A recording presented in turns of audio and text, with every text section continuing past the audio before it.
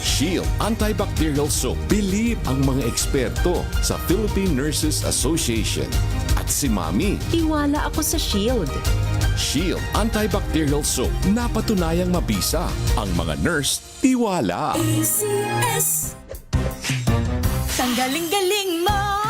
Smart dishwashing paste ko. Pritong ulam na masebo. Plato o kaldero. Tanggaling for everyday. Ganyan pag smart ang dishwashing paste. May double tanggaling formula. Tanggal ang sebo, tanggal ang bakterya. Pahit para walang bahid. Linis fantastic sa metal at plastic. Number one ko to. Tanggaling-galing mo. Smart dishwashing paste. ACS. Here are top 3 reasons why you should get your hands on MX3 capsule. 1. It has alpha, beta, and gamma mangosteen. 2. It's cholesterol and fat-free. 3. MX3 is proudly Pinoy made and has garnered multiple international awards. So what are you waiting for? Dito ako sa tested and proven ko na. MX3, dito ako bilib. Mahalagang paalala, ang MX3 capsule ay hindi gamot at hindi dapat gamiting panggamot sa anumang uri ng sakit. Sa lahat ng bagay, simula pa lang, siguraduhing max protection na. Kasi pag kulang ang proteksyon, baka madaling masira. Sa ngipin, dapat may max protection din. Max sa alaga ng Unique Toothpaste. With Max Protect Formula, help stop cavities before they start, while keeping breath fresh. Try Unique Maximum Fluoride Protection. Para max alaga, max protektado. ACS. May nagbago! May arte! May budget! Kala nyo lang yon. So solid. White rose papaya, wow, white rose. White rose papaya, wow, white rose. White rose papaya. May glow up with white rose papaya. White Rose Papaya. May puti power times 2 kasi may papaya at niacinamide. May shea butter and tea tree oil pa. Kutis sulit ang glow up. Glow up with white rose papaya. White Rose Papaya. Kutis sulit ang glow up. ACS. Wow, ang saya! Isang barangay na labada, puro mancha pa! Goodbye, pahinga! Mommy, isang laba lang yan sa Pride Bar Blue. May powerful stain-away enzymes na malupit sa dungit mansya. At di masakit sa kamay!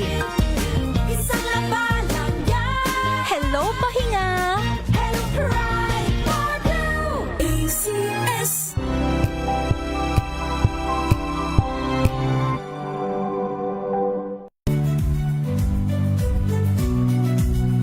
Meron! Mancha ng chocolate, putik, may libag pa. Kaya natin yan! With Pride Washing Machine Detergent, may triple stain-away formula. Tanggal ang makapit, madikit, at malupit na dumit mancha. Kaya easy-easy ang labada. Mula noon hanggang ngayon. All you need is pride. All you need is pride. ACS.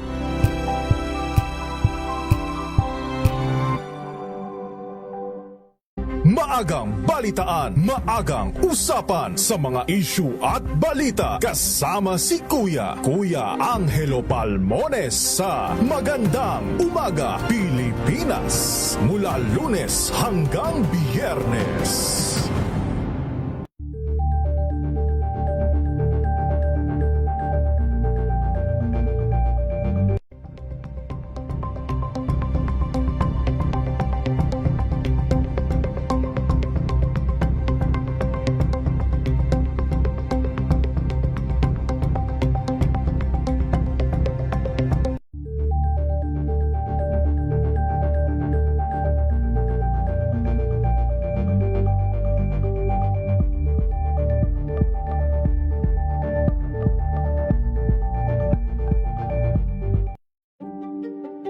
Buklatin ang mga pahina. Pakinggan ang boses ng lipunan. Tunghayan ang mga issue mula sa ibang katayuan. Nakakalungkot kasi deserve ba namin ng ganito? Na hindi nila alam kung ano talaga yung kanilang mga karapatan. Yung gobyerno, tinulungan nila yung kanilang magsasaka. Pinapatahimik tayong lahat using various laws. Through education, kayang-kaya nating baguhin yung ganitong klaseng pag-iisip. Isang kwento, iba't ibang anggulo. Dito, sa Point of View.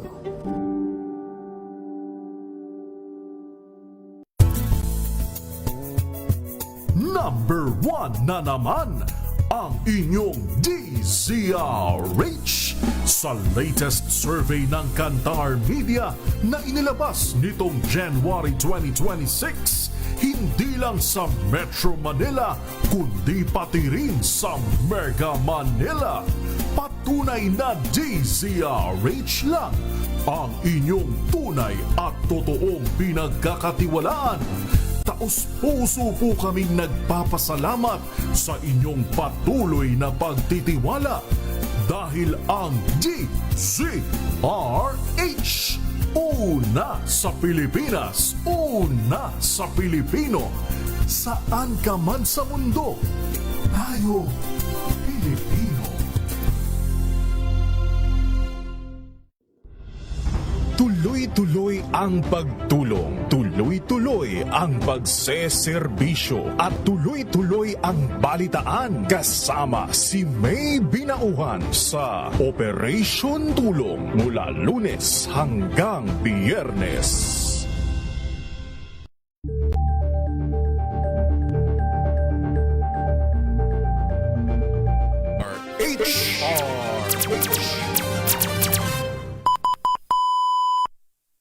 Ang oras, 10 minuto makalipas ang ika-6 ng umaga.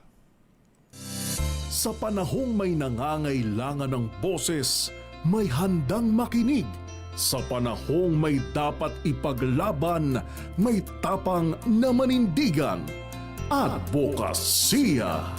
Dahil ang pagtulong sa kapwa nasa dugo na nating mga Pilipino, kasama sina Tina Nolasco at Bong Ariola. Advokasya. Live sa DZRH Radio, DZRH TV at DZRH Digital. Bibigyang boses ang bawat adhikain. Advokasya.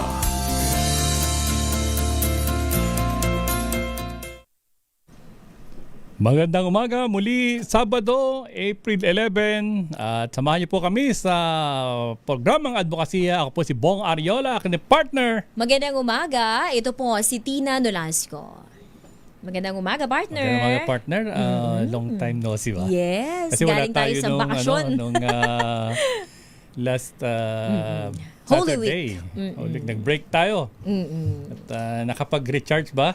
Oo naman, nakabawi-bawi ng tulog din. Nakabawi ng tulog? Oo, puro dahil puyat eh.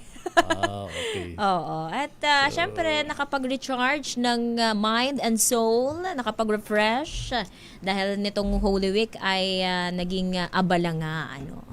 And anyway, partner, nabalitaan ko meron kang baon. Meron kang balita. May baon ka. Anong baon ko? Meron daw gumawa ng kanta, ng theme song para sa ating programa. Ibabahagi natin yung ating theme song. Ito po ay familiar na kayo sa boses dito. Nakasama na natin dito yung umawit.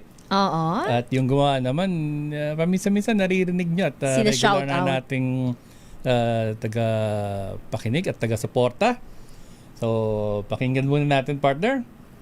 Ito, yung theme song ng Advokasya. Ayan.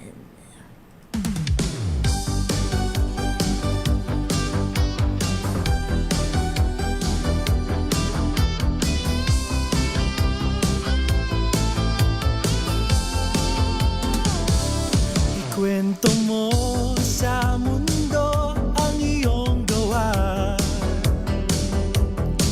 para ang iba ay kumilos at magkusa. Dahil ang lahat naman ay may talino, ipaliwanag kung bakit dapat magbago. Magkaisa sa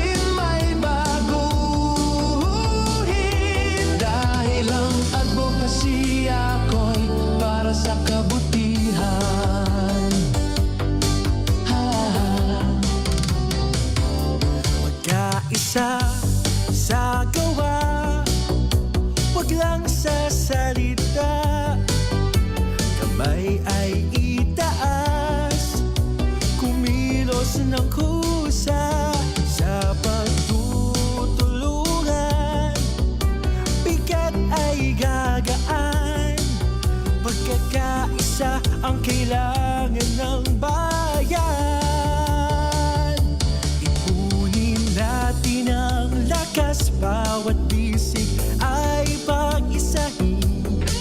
Kumilos tayo lahat para sa isa lang mithiin. Dahil dapat tayong lahat ay magkaisa para sa isa. Advokasya, advokasya ko'y dapat ninyong alamin. Advokasya ko'y dapat din nyong gawin. Advokasya ko'y dapat din may baguhin. Dahil ang advokasya ko'y para sa kabutihan.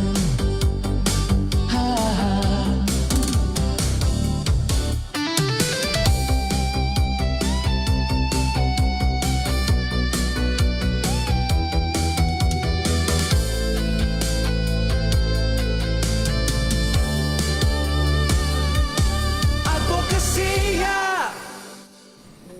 Ayan. Wow, talaga nga naman. Yan po ay Gawa ni Mr. Ernie Kaok. Yun. Lahat. Compose, ang music, ang... Pati siyang nag-arrange niyan lahat. Kasi regular siyang nakikinig dito at naisip niya gawa ng team song. At yung umawit ay walang iba po kundi si Councilor Jello Ariola ng Pagbilao, Quezon. May clap ba tayo dyan, partner? Nasaan ba yung applause. clap dito? Naku, Ayun. napaka Yan grateful ba yan? po ng aming puso sa paggawa nyo ng kantang yan. Nagulat ako, sabi niya. Very meaningful. Luluwas daw siya. Sabi ko, saan ka naman pupunta? Meron daw siyang recording. Sabi ko, wow, recording artist ka na, anak, ha? Yung Hindi, aking- ang kumanta po si Jello. kumanta, Ang nag-compose, ito. Si Ernie Kaok. Ang arranger, si Michael Santos. Ayan. Ang recording and mixing engineer, si Benjo Casalahay. Nandiyan pala sa'yo. Oo, may ikaw nga pala yung sabi ko sa'yo, bigay yung ibang detalye. The record daw dyan sa Studio Z, Panay Avenue, Quezon City. Maraming salamat po. Napakaganda ng pagkaka... Sana nagustuhan agad ni Ma'am Teresita Atienza ayan, ganda raw ng team song. Pang-pa-inspire lang din kasi we need to inspire more people, partner Tina, na magkaroon pa ng maraming gumagawa ng magagandang gawain, advokasya. At makapagbigay din ng liwanag sa ibang mga tao na yung sabi ko lagi, dapat kahit mga anak ko sabi ko, dapat meron kayo ng mga ginagawang kabutihan. Hindi lang sa sarili nyo, hindi kailangang malaki agad. Unti-unti, dahan-dahan lang at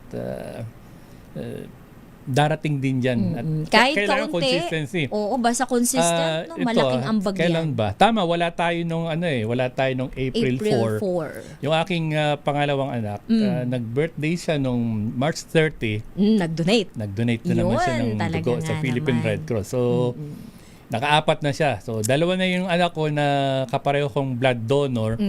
At yung aking bunso, si kapangalan ko Arnold Liam, sa May 18, kinumit ko na, sabi ko, I will be the next, ha? Para na tayo, father and sons na blood donor and lifesaver. Yun man lang din, sabi ko, may ambag natin na meron tayong ganitong contribution na ibabalik natin. Napakaganda. Anyway, thank you very much, Mr. Ernie Kaok, at sa lahat ng mga nagtulungan para dito. mabuo yan. At lalong-lalo na kay Councilor Jello Ariola ng Pagbilao, Quezon. Maraming salamat Parang po. may pinagmanahan ka ng boses mo. Uy, mana sa tatay. Hindi ba sa nanay? Pwede din, hindi ko pa napapakinggan na si Mrs. Ariola. Hindi pa Songwriter wala din pa, ba? hindi pa, no? Nakatutok yata ngayon eh. Pwede po ba minsan mag-send po kayo ng video para sa Tita Ems? Sige, subukan natin. Duet. Total sabihin ko, ano lang yan, mga 80,000 lang nakikinig dyan. Kasi madaling araw eh. Madaling araw. Anyways, balik tayo sa advokasya at alam mo partner, maraming nangyayari na naman, hindi lang dito naman sa Pilipinas yan, sa ibang bansa rin. Worldwide. At yung mga, pagpasok ko dito kanina, sabi ko, madilim. Alam ko na agad. Kasi wala naman ngang mga nag-o-office dyan, wala namang yung movement maigsi lang naman. So, naintindihan ko na agad bakit naka-off yung ilaw natin sa main entrance nitong Kahit dito sa part MBC bandang comfort room, pinapatay talaga yan para mag-conserve ng At energy. sa bahay, actually kahapon, yung aking cousin, sabi ko, nag-aalok siya ng isang, sabi niya, alam mo, if kailan itong bahay mo, subukan mo rin, may nag-offer daw sa kanya. Sabi ko, marami na nag-offer niya. And yung regulation din sa bahay na, kung hindi kailangan, bakit ka nga naman mag-iilaw kung hindi naman madilim, di ba? Oo, lalo kung umaga nga At naman. dahil nga, sabi ko nga, parang gasolina rin yan, the more you apak, the more na mag-burn yan, masunog yan yung gasolina na yan. So, maraming paring nasanay na dahil nga, hindi nila naintindihan hindi lang yan yung ikaw yung nagbabayad eh. Correct. Yung emission, di ba? Yung lahat ng Yung effect effect niyan nun sa environment. Plus talagang tayo, naging dependent sa mga gatong yan, di ba? Hindi naman tumatakbo lang yung enerhiya na yan, banggitan natin, yung mga ilaw na yan o kung ano pa na solo lang niya, sarili lang niya. Well, now, dahil may mga renewable na nga na ginagawa at may mga paparaan na para mabawasan na yung mga dependent natin sa fossil fuels at sa coal. Alam mo, sa amin sa Quezon, may nagpo-protesta nga dyan kasi we have coal planta, yung planta. Plant. Meron pang isa sa isang bayan. Kailang hindi talaga maiwasan dahil nandiyan na. May mga proponent din ng mga renewable energy. Anyway, speaking of Energy and light? Energy and light. Ito, hindi na bago. May nagbabalik studio. Akala ko via Zoom. Oo, na-sorpresa tayo, di ba? Biglang may liwanag. Biglang may suminay. Pagtayo ko ng upuan, sabi mo, wow. Liwanag talaga. Talagang nagliwanag ka. Literal. Di ba? So, muli, nasa ating studio po, nagbabalik, Mr. Ilag Ancelotti Diaz. Siya po ang founder and executive director ng Liter of Light. At night pa, meron pa. Ang ganda ng jacket mo, ha? Oo. Thank you. Sabi ko, welcome back. Sobrang lamig dito eh. Sa studio. Actually, malamig nga. Pero naka 20 degrees lang tayo ngayon. Ngayon, medyo, kasi binabawasan na. Binawasan dahil lamigin kami. Hindi po dahil sa nagdidepend. Mabuti na lang, Welcome back. Salamat sa pag-imbita. Tama-tama yung oras natin na yun na pag-usapan natin yung renewables. Kasi, alam mo, parang yung akin is nanonood ako ng recap ng 1973-1974 fuel crisis dito sa Gulf, no, nung pinisil nila yung fuel na supply sa buong mundo. And nagbago yung buong mundo, no, na nakita nila na napaka-dependent pala tayo sa Gulf, yung 98 yata tayo dito. Pero pinag-isipan ko, parang yung mga kwento ng tatay ko tungkol sa oil crisis, napakasakit. And para makalimutan po natin, tapos ngayon 98% pa rin yung dependency natin sa oil. Parang hindi nagbago yung policy, no, na maraming ginawa pero marami ring bumalik, which is gumawa tayo ng yung oil subsidy, 'di ba? Dati merong dahil sa shock, sabi nila ay wala tayong plan B. Ngayon, walang plan B, nabenta na yung oil, yung national oil natin. Tapos yung mga renewable is hindi talaga pinagseryosohan, binigyan ng maraming mga problems. Pero yung mga ibang countries talagang natuto sila at hindi masyadong masama yung impact sa kanila. Meron akong nadaanan na isang saan ba kami papunta na halos yung kanilang yung national highway, makita mo yung mga bundok puro solar farm. Grabe, talagang papunta yata kami ng Germany. Grabe, tsaka yung wind farm nila. Nagkaroon sila ng incentive. Tayo, medyo matagal bago tayo nag-start na magbukas ng market. Marami tayo mga tinatawang friction for many years. So dapat siguro doble. So from that time, nung panahon na you're talking of 70s, ito yung Ferdinand Marcos Sr. pa, di ba? And maalala natin, OPEC. Oil price exporting countries. Oil oil Petroleum, producers. petroleum, Oil, petroleum. Organization of Petroleum Exporting Countries. OPEC. Yun, Yun po. Tapos kung naranasan mo ba ito, partner Tina, 1992, it was then the late former President Fidel Valdez Ramos, di ba? Nagkaroon dyan ng daylight saving time.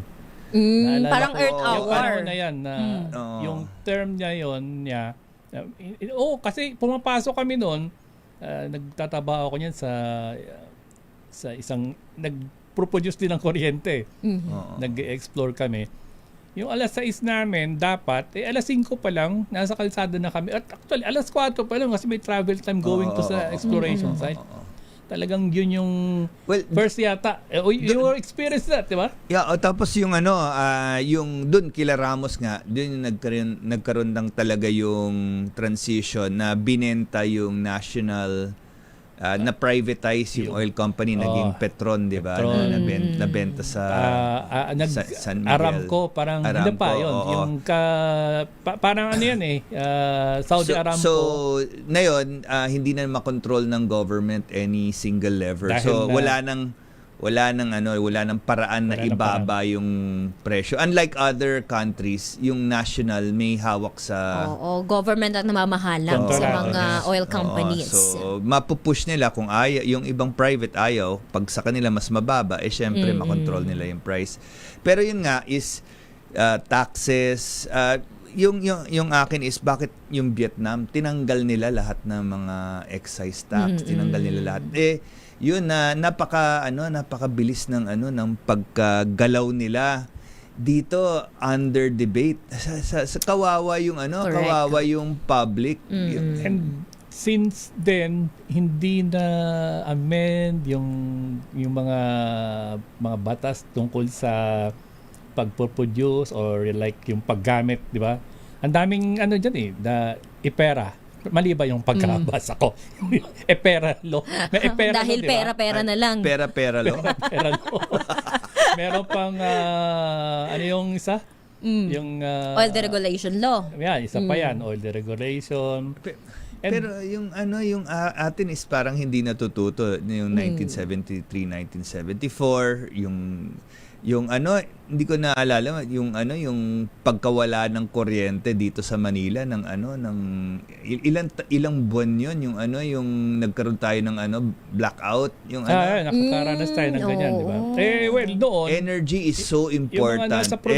Energy talaga is security ng country. Na yun, self-reliance sa energy dapat prioridad, pero 98% yung oil natin. So kaya yung mga renewables napaka-importante tingnan. Parang yung sa span ng time na energy is so important. Parang dapat bilang bansa yung renewable yung self-producing energy natin pinag-isipan 98%, napakalaki yun. Tapos yung tinatawag na safety net para sa publiko, parang iniuunahan nila yung kita ng gobyerno kaysa sa yung pagprotekta ng publiko. So yun, medyo dun kami pumapasok bilang foundation. Ganon na. But kasi yung sa'yo, remember yan, parang bigla-bigla, bakit ano kaya itong ginagawa nito ni Mr. Diaz? Nakita ko yun yung kung hindi ka talaga magiging aware at hindi ka magbabasa, magre-research, hindi mo makikita yung ginagawa nila, partner. Yung value ng ginagawa bigla nila. Na lang na, bakit merong gumagawa na isang tao at isang grupo na ganito? Sige nga, Sir Ila. Bigyan nyo kami ng background para sa mga ngayon lang nakita ka, nakilala ka, ngayon lang napakinggan ka. Ano nga ba ang ginagawa ng inyong foundation? So, alam mo, may campaign yung UNESCO. Ang UNESCO, United Nations Education and Science, no? Ang pinakabagong campaign nila, which is going to be every May 16 ang celebration, is yung tinatawag na International Day of Light. May 16. International Day of Light. Ito yung pinakabago nilang campaign para bigyan ng konting atensyon yung education to, no, na halos 780 million katao sa buong mundo walang ilaw. So, sa atin, dito sa city, nakakalimutan natin na may mga tao na talagang hindi lang walang pambayad na tayong lahat. Correct. pero yung wala talaga silang access. Ngayon dito sa Pilipinas, 13 million dito sa Pilipinas. Ang as of today. As of today, yung latest walang data. access. Ngayon, pag sinasabi nila may energy access, usually policy number na bibigyan nila ng kuryente yung barangay pero yung buong village wala. No? Yung pangalawa nun is makaka-afford ba sila? Meron na silang kuryente. Ngayon, yung pinaka-advokasya po namin is yung energy access. Pero iba po yung direksyon namin kasi ang tinatawag na pangmadalian at pangmatagalan, no? So, ang pangmadalian is solar is fungible. Ibig sabihin ng fungible na nasisira po siya. Yung batteries niya nasisira. So, diba? kung makita mo lahat ng mga street light na yun, that's, I don't know, 150,000 pesos each, hindi ko alam. Pero masisira yan in 4 years. Lahat ng mga solar street 4 light. years dapat. 4 to 5 years. Tama. Kung magandang quality pa yun. Well, yan yung problema nun eh. Ako nakikita wala nang ilaw. Yan na Correct. nga. Wala pang 4 years. Akala niya Pero ng mga hindi yun ang tao, importante. Kumita na. Ayan na yung epera. pero ibig sabihin nasisira po yung solar na yan. Yung mga emergency lights in about 2 years kasi gumagamit sila ng nickel cadmium, hindi lithium ion, is nasisira. So dati ginagawa namin para ma-solve yan, nagbibigay kami ng imported patented na solar which is binibigay na lang namin. Ngayon, nagkakailaw pero after 2 years, hihingi na naman sila. Sasabihin, sir. So, kunyari, solve natin yung problema, 13 million. Kung binigay mo 13 million, na-solve mo ngayon, may picture ka na, may photo op ka na, pero wala nagkikwento sa'yo na after 2 years, babalik na naman sila kung saan sila. Sira lahat yung 13 million. So, doon kami na-frustrate na paano natin isosolve to na mas matagalan, hindi yung pang ngayong panahon. Parang lang, yung tapal-tapal solution. So, ginawa namin yung mga pyesa is mga lokal. Gumamit kami ng mga sistema na kung ano pwede nating gamitin dito para magbuo ng solar panel, magbuo ng capacity to build and maintain. So, lahat ng mga solar namin is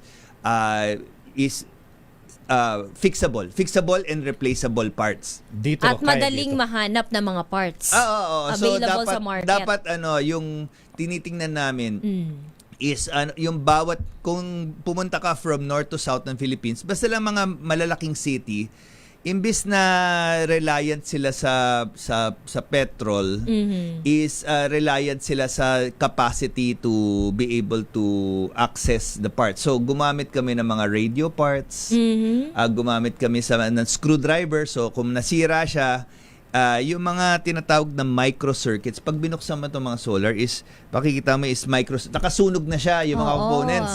No way na pati kami, hindi namin microcircuit. Anyway, sa mga kabubukas lang po, nakasama po natin si Mr. Ilac Diaz. Siya po ang founder and executive director ng Liter of Light. Napapanahon, pinag-uusapan natin paano magtipid, paano magkaroon ng access or ilaw sa mas madaling kalikasan at kaya ng lahat. At yan po ay babalikan natin, magpaalala lang tayo, makalipas po lang paalala, magbabalik ang advokasya. This time check is brought to you.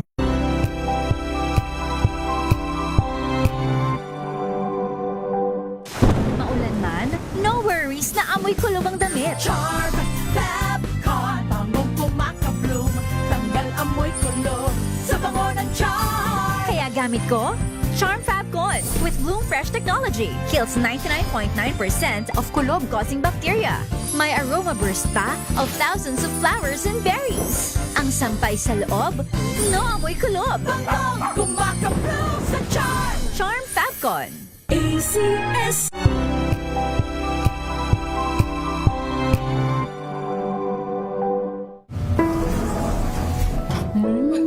Amoy forever. Amoy LQ.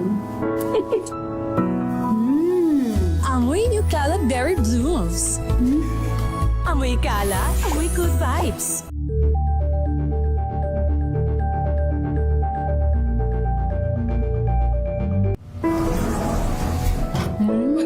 Amoy forever.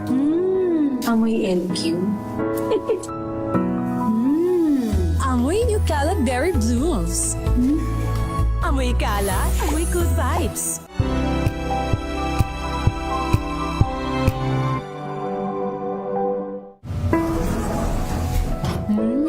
Amoy forever.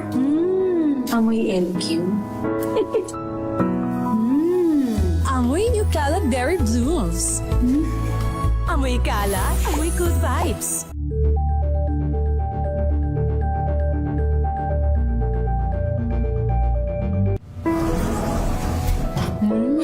Amoy forever. Amoy LQ. Amoy new kalat berry blooms. Amoy kalat, amoy good vibes. May nagbago. May arte. May budget. Akala nyo lang yon. So solid. White rose papaya, wow, white rose. White rose papaya, wow, white rose. White rose papaya. May glow up with white rose papaya. White Rose Papaya. May puti power times 2 kasi may papaya at niacinamide. May shea butter and tea tree oil pa. Kutis sulit ang glow up. Glow up with white rose papaya. White Rose Papaya. Kutis sulit ang glow up. ACS. Amoy forever. Amoy LQ. Amoy new kalat berry blooms. Amoy kalat, amoy good vibes.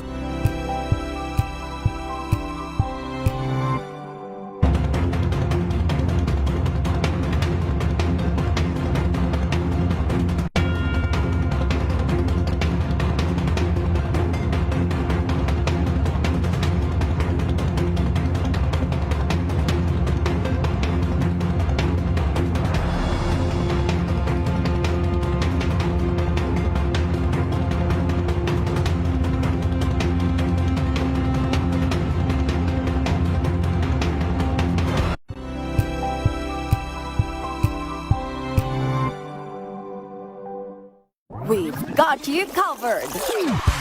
From the hottest hits, exclusive interviews, kilig to the bones fan meet experience, and hataw performances of your favorite RH.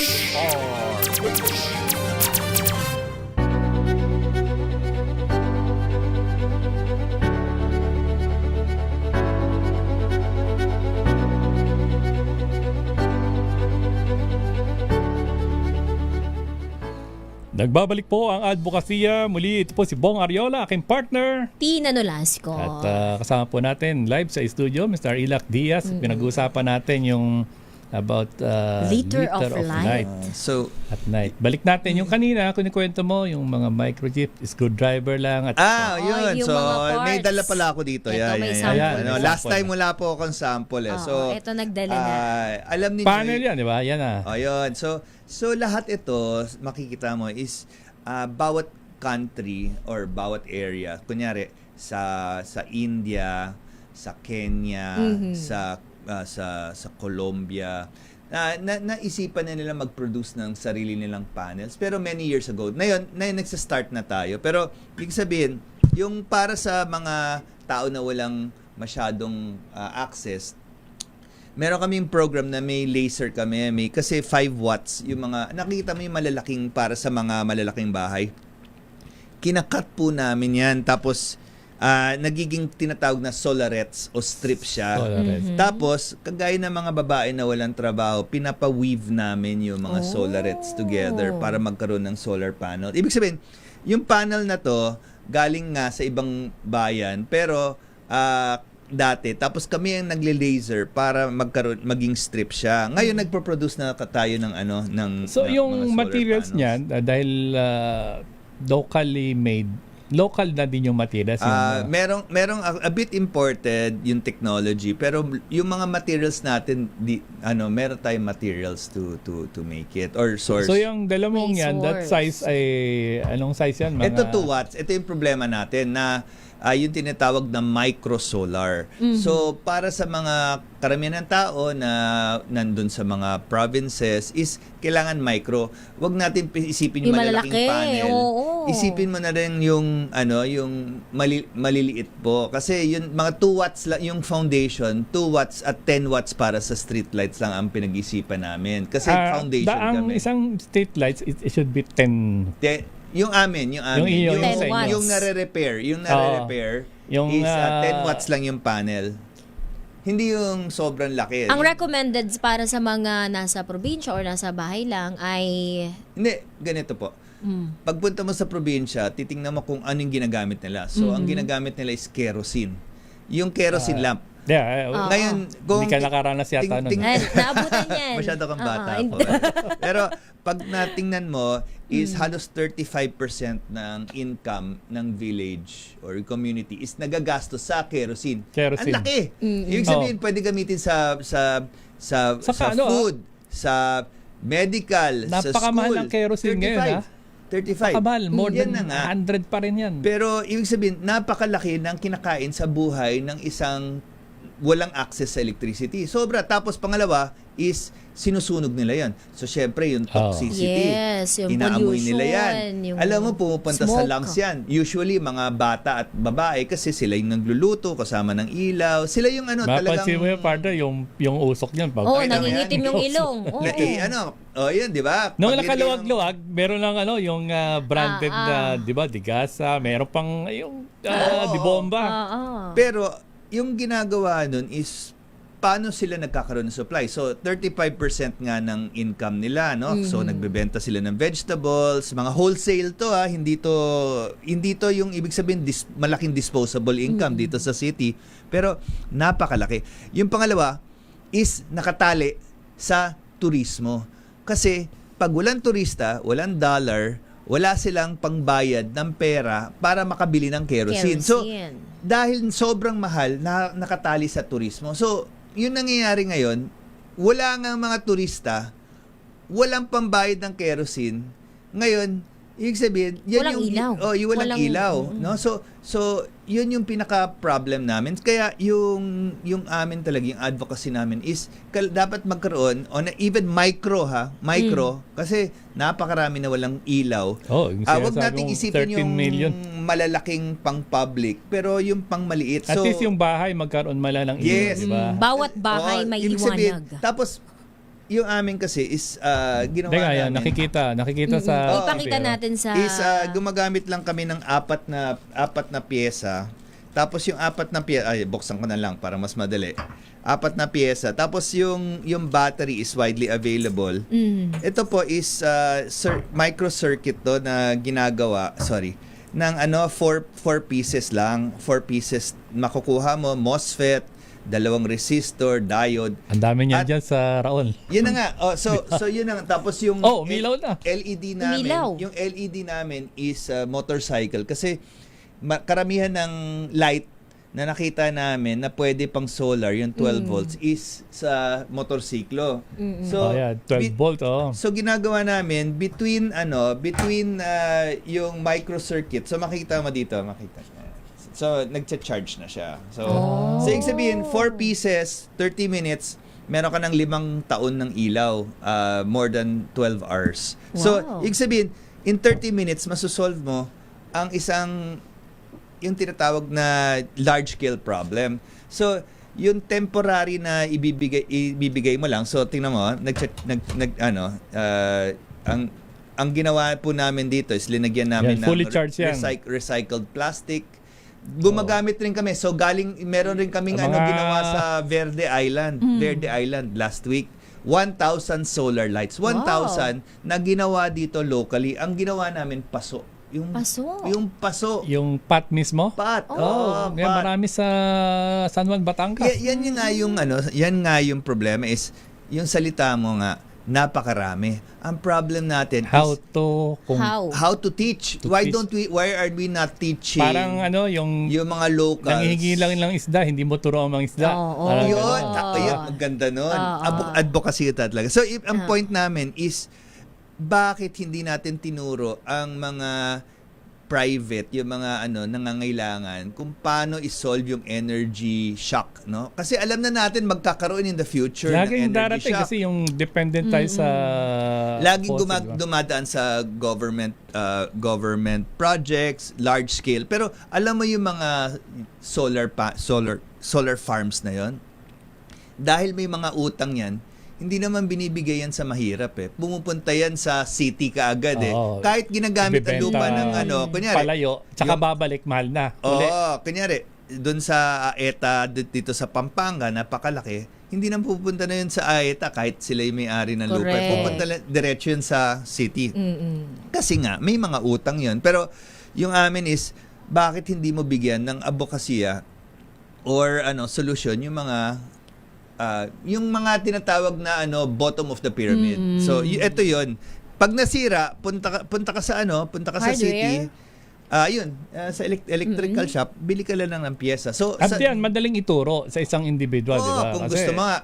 Kung gusto mo ng $500,000 by the end of the month, kaya kong gawin. Ngayon, kung bibili mo sa China, mag-o-order ka. Maghihintay ka sa pila kasi maraming may order. Matagal. Tapos ibabox nila, dadali nila sa pier, maghihintay yon, magshiship pa yon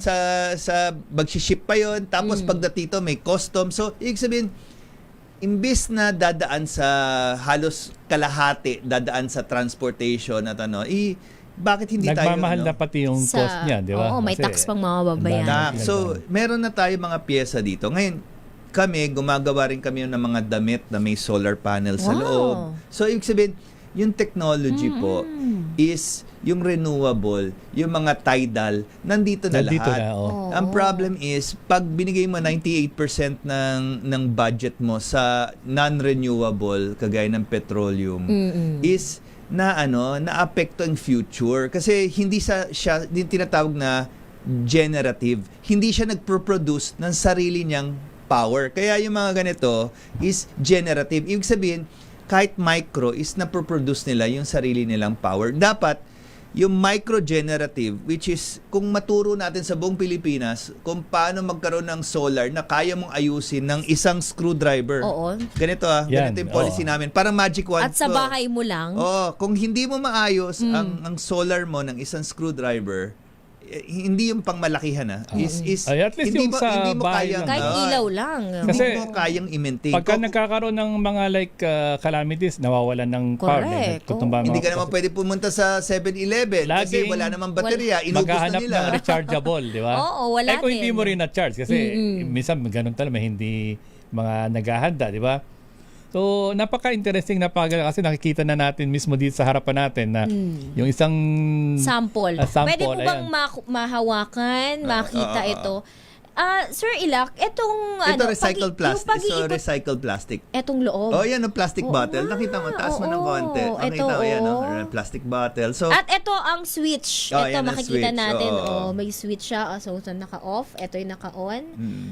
Oo nga. At mukhang tubo lang din. Ayos na ito So, hindi mo kailangan hindi yun magic yung screwdriver marami yan kasi, diba? Ibig sabihin lang, isang tool at yung knowledge yes. na naisalin at pinag-aralan. Nakaka-relate ako kahapon. Meron kaming isang electric pan na sabi ko, hindi natututunan ng mga bata yung magkumpuni ng electric pan. And sige, linisin mo yan, detach mo yung parts. May nawalang isang part, kulang yung ibinabalik na. Nakita rin naman. So dapat talaga matuto na humawak ng mga tools. Yung dapat mangyari kasi is kung alam natin na magkakaroon ng future shock, kailangan natin na bawat bata marunong naman kung paano kasi ako survival yan the reason na nag-start ko tong foundation na to is na-shock ako kung paano tumira sa dilim. Ibig sabihin, yung panahon na nagkaroon ng energy crisis dito sa Manila, isang bagay na sanay ako sa maramihan. Pagpunta ko sa streets, may ilaw. Pagpunta ko sa city, pag Pasko, Lubos-lubos ang ilaw. Akala mo sobra-sobra, na yung party hindi matatapos ng party na to. Tapos bigla-bigla walang ilaw sa bahay. Doon ako na nagkaroon ng shock. Sabi ko, kung ako dito ako sa city, kaya namin yung kuryente, minsan nung bata ako, pag magbubukas ang ng ilaw, hindi lang talagang titirahin ko yung buong liwanag lang. Doon ako na shock na hindi lahat ng panahon meron akong kuryente. Tapos na-realize ko, ano pa yung mga walang ilaw? Ano pa yung mga nandun na walang ilaw? So doon na buo yung conscience ko na kailangan natin na bigyan sila ng yung sinabi mo, sir, yung knowledge how to build, yung teach how to fish. Ito ang lagi kong naisip nung wala namang nagturo sa amin.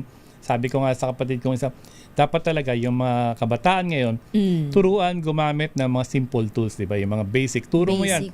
Minsan, meron isang bahay na magpapalit lang ng bumbilya, hindi pa kayang gawin. Yung mga switch lang na on and off lang naman yan. Of course, kuryente, nakakatakot yan. Pero kailangan talaga matuto. Hindi puro ngayon keyboard lang, computer lang, laptop lang. Diba? May mga real problems ang mundo. At ang real problems na to is kailangan talaga ng skill.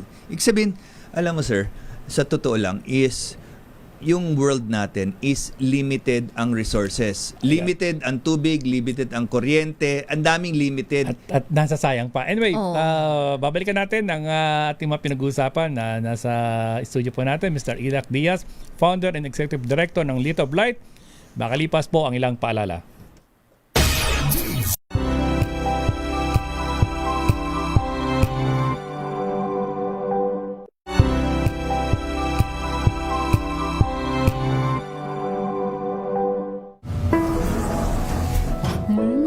Amoy forever. Amoy LQ. Amoy New Cala Berry Blooms. Amoy Cala, amoy good vibes.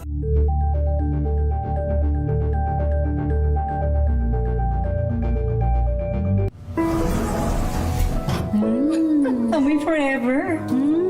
Amoy LQ. Amoy New Cala Berry Blooms. Amoy Cala, amoy good vibes.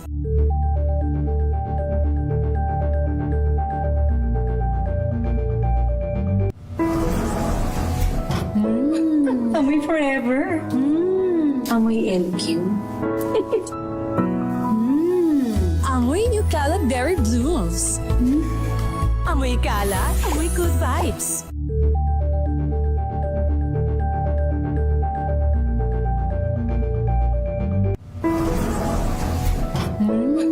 Amoy forever. Amoy LQ. Amoy New Cala Berry Blooms. Amoy Cala, amoy good vibes.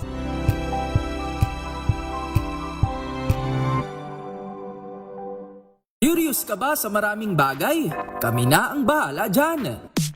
Aalamin, tutuklasin at bibigyang linaw namin ang mga katanungang bumabagabag sa inyong isipan.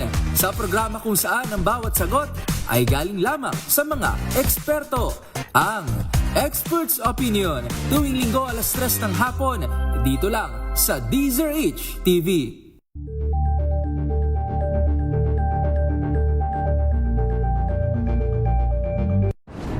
Kung good vibes ang hanap mo, dito ka na sa sigurado! Mula sa mga istoryang nagbibigay ng inspirasyon hanggang sa mga kwentong may dalang solusyon. Mga balitang pampagaan ng pakiramdam at pampaganda ng araw. Hindi lang ba sa good news, kundi the better news. Mula Lunes hanggang Biyernes, 1:00 ng tanghali sa DZRH TV.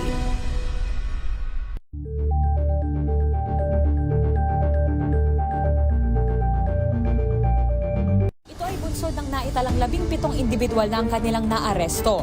Ng Metro Manila Development Authority o MMDA ang No Contact Apprehension Policy o NCAP sa Metro Manila. Sa ang ilang mga dokumento ay peke, hindi rin legal ang employment na ipinangako sa kanila. Sa mata ng batas, mananagot ang sangkot at may sala. Dahil sa bawat paglabag, may karampatang parusa. Alamin ang mga pananagutan sa likod ng mga bawal dito sa Hoy! Bawal Yan! Tuwing Sabado, alas 11:30 ng umaga. Dito lang sa DZRH TV.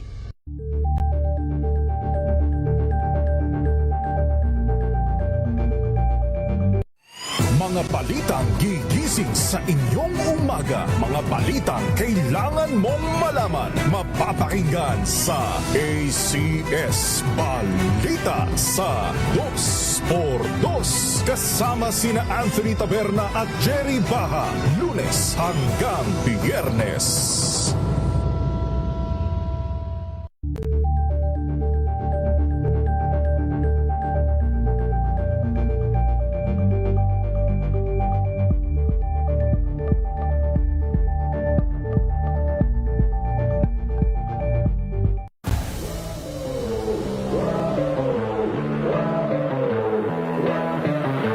I think pickleball is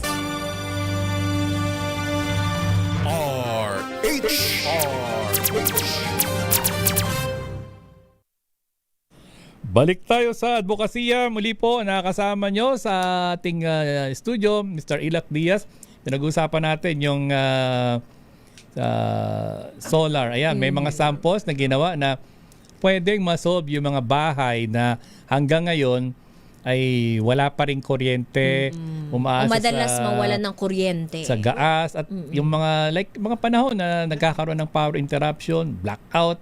Eto, napakaganda. Namamangha talaga ako. Alam mo sir, yung akin nung bata ko nung nagkaroon ng brownout na yon.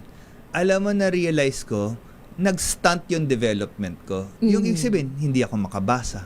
Ibig sabihin na yung sa dilim, kahit may pagkain ka, kahit may bahay ka, pag walang kuryente o madilim, alam mo na bumabagal yung development ng sarili at ano pa yung nation, no? So doon ako naisip, ano pa yung mga naninirahan sa dilim? Ano ba yung stunted development na nangyayari sa kanila na walang access sa ilaw? Kaya na sabi ko, anong pinakasimple? 4 na piraso plus yung battery ngayon makukuha kasi alam mo yung nakita ko yung battery nagve-vape, alam mo yung battery, so yung lithium ion battery available na siya. Dumaan siya sa masama which is yung vaping, pero tapos yung battery charging, so pareho rin yung battery sa yung battery rechargeable. Pwede mo gamitin yung ibig sabihin napakarami na yun na kumalat, so ginamit ko yung battery na napaka-available at 4 na pyesa. Tapos yun, ni-recycle namin yung mga plastic para magkaroon ng ilaw. Yung mga blue ban na yan ay mga recycle. Yung mga pipe ba yan na ginagamit sa linya Sir ng tubig? Ilac, sa mga nakikinig na lang natin ngayon, no, paano sila matututo niyan? Meron ba kayo, halimbawa, hindi nyo marating ng foundation nyo yung lugar nila? Pwede bang makanood ng tutorial niyan? Meron paano makabili niyan? Sa una-una, nasa Instagram kami. So, Liter of Light. So, Liter ito of Light. po. Liter po yung litro. Liter, Liter of Light. Liter of Light. Tapos, pero kami, para kaming parang habitat po kami, no? Gawad Kalinga. Which is, ang paraan kasi dati is lumalapit kami sa mga gobyerno, pero ayaw nila ng nung tinatawag na when you say gobyerno, the LGU. Mga LGU. So bago nangyari tong crisis, mga for 10 years linalapitan namin, sinasabi namin, imbis na mag-import ng patented expensive na nasisira pagkatapos ng 2 taon, tapos bibili na naman kayo, gawa na lang tayo ng capacity building. Tuturuan namin kayo kung paano gawin yung lights. Tapos magkaroon kayo ng ng tinatawag na small and medium na nagpo-produce ng solar lights. Imbis na bibili na lang kayo lagi sa industries abroad na tapos na nasisira. Ibig sabihin yung local resilience. Pero wala pong gusto nila large scale purchase. So hindi kami naging successful sa yung tinatawag na livelihood program. So ito po, tinatawag na green jobs. Gusto sana namin bigyan ng trabaho yung tao para gawin to at ibenta o irenta. So hindi naging successful yan. So ginawa namin, pumunta kami sa mga kumpanya at sabi namin, bili mo yung materyales, tapos magcha-charge na lang kami sa sa educational. So doon kami nabuhay.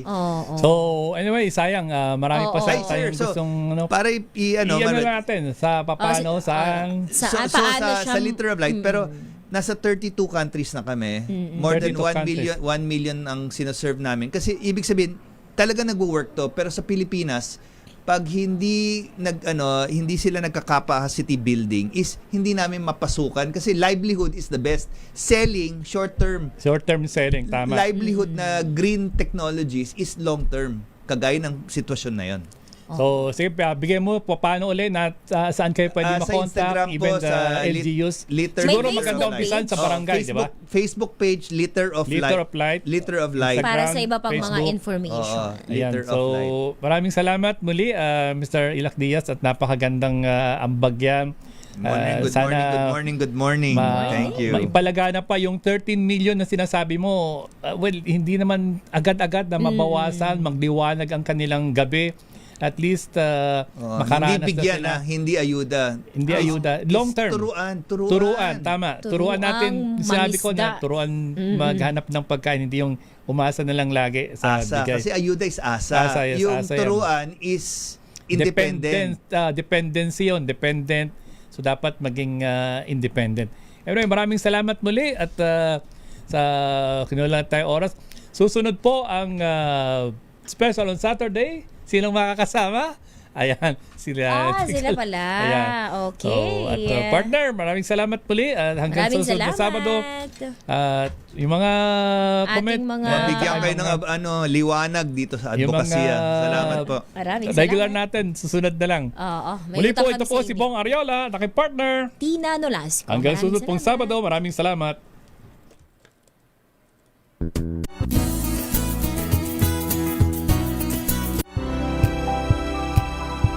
Tinesting, sinuri, siniyasan. Ang resulta, super effective ang shield.